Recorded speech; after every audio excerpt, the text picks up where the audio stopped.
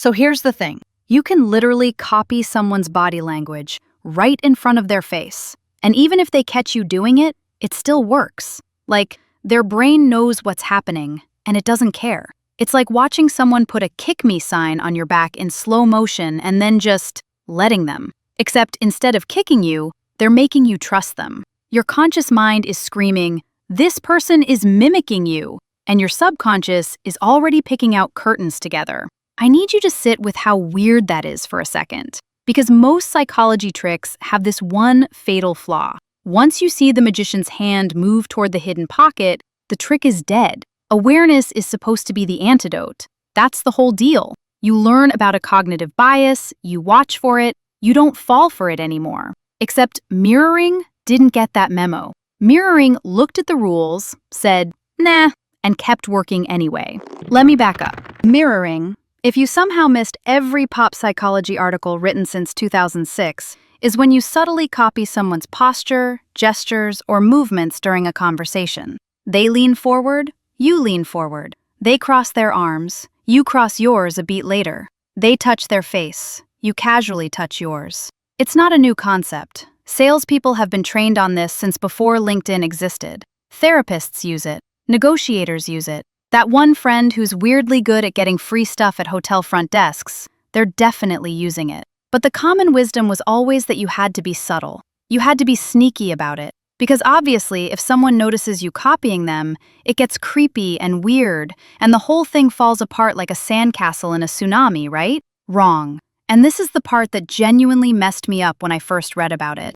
Some researchers at Duke, because apparently Duke has a whole lab dedicated to figuring out how socially hackable we are, ran experiments where participants were told, explicitly and clearly, that the person they were about to interact with had been instructed to mirror them. Not hinted at, told. Hey, this person is going to copy your body language on purpose. Full transparency. No tricks, no hidden cameras, no ambiguity.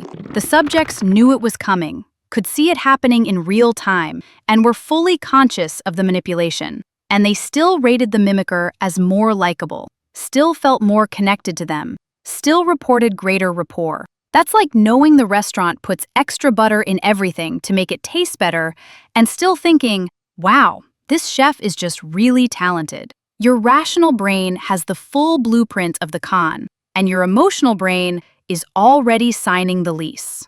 Here's why, and this is where it gets genuinely fascinating in the code that runs your personality is kind of janky sort of way. Mirroring doesn't work because it tricks you into thinking someone is like you. That's the surface-level explanation, and it's incomplete. Mirroring works because it triggers something way deeper and way older, something that was baked into your neural architecture long before you had opinions about anything.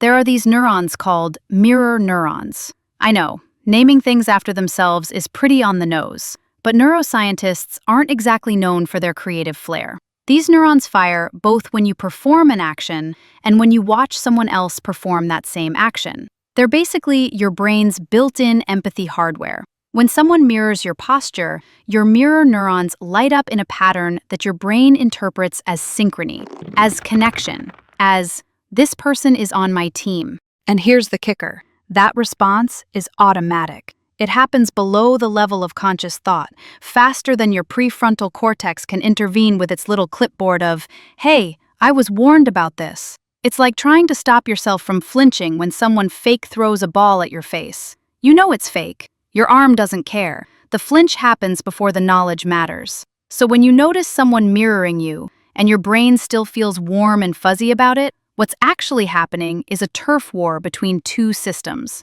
Your conscious, analytical mind is saying, "I see what they're doing." But your limbic system, the ancient, emotional, basically a lizard part, has already processed the synchrony and released a tiny hit of oxytocin. You know, oxytocin.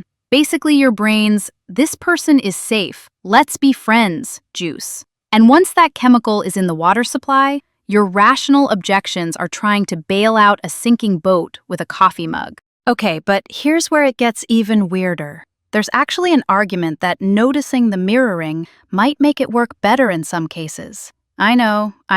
Stay with me. Think about it this way. When you catch someone mirroring you and you recognize it as a deliberate social effort, there's a part of your brain that interprets that as flattery. Not the gross, obvious kind, more like the subtle realization that this person is actively trying to connect with you. They're putting in work. They're investing effort into making you comfortable. And effort, even transparent effort, registers as a form of respect. It's the social equivalent of someone cooking you dinner versus ordering takeout. Even if the pasta is mid, the fact that they tried activates something. One French study, and I love that it was French researchers because of course the country that perfected the art of social manipulation would study this, found that waitresses who repeated customers' orders back to them word for word, which is a verbal form of mirroring, got significantly larger tips. We're talking 70% larger tips. The customers absolutely knew the waitress was just parroting their words. It wasn't subtle. It wasn't hidden, but it didn't matter. The echo itself created a feeling of being heard, of being acknowledged, and that feeling had a dollar value apparently. And this connects to something even deeper about how your sense of self actually works. You don't just exist in your own head as a sealed unit. Your identity is partially constructed through social feedback, through how other people respond to you. Psychologists call this the looking glass self, which sounds like a Lewis Carroll concept, but is actually one of the more unsettling ideas in social psychology. Basically, you figure out who you are partly by watching how others react to you. When someone mirrors your body language, they're reflecting you back at yourself. They're saying, non-verbally, I see you, and what I see is worth copying. That hits different than a compliment. It's more primal. It's like your identity getting a confirmation email, which brings us to the part you can actually use. And honestly, this is almost too easy, which is what makes it feel a little like a cheat code. You don't have to be smooth about it. That's the whole point. You don't need to be some cold-reading mastermind timing your gestures with military precision. You can mirror someone's posture with a 2-second delay, do it obviously enough that a golden retriever would notice, and it'll still build rapport. The key isn't stealth. The key is warmth. If your overall vibe communicates genuine interest, the mirroring amplifies it. If your vibe communicates, I'm trying to manipulate you into buying a timeshare, then yeah, mirroring's going to feel like a predator sizing up prey. Context matters. Intent leaks through. But in a job interview, a first date, a conversation with someone you actually want to connect with, just match their energy physically. They're leaning back and relaxed, you lean back and relax. They're animated and forward, you bring your energy up. You don't have to think about it like a technique. Think about it like tuning to the same radio frequency. You're just reducing the static between two people.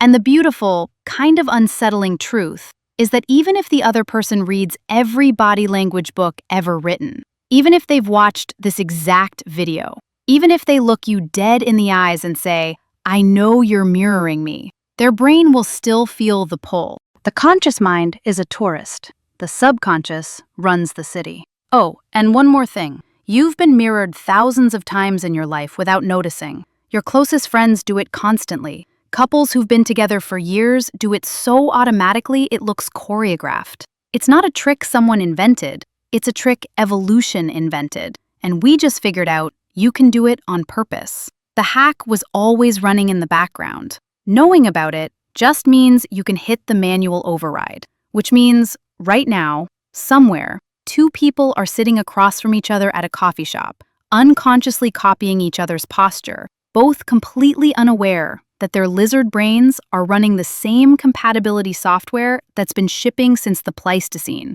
And honestly, that's more romantic than anything anyone's ever said on purpose.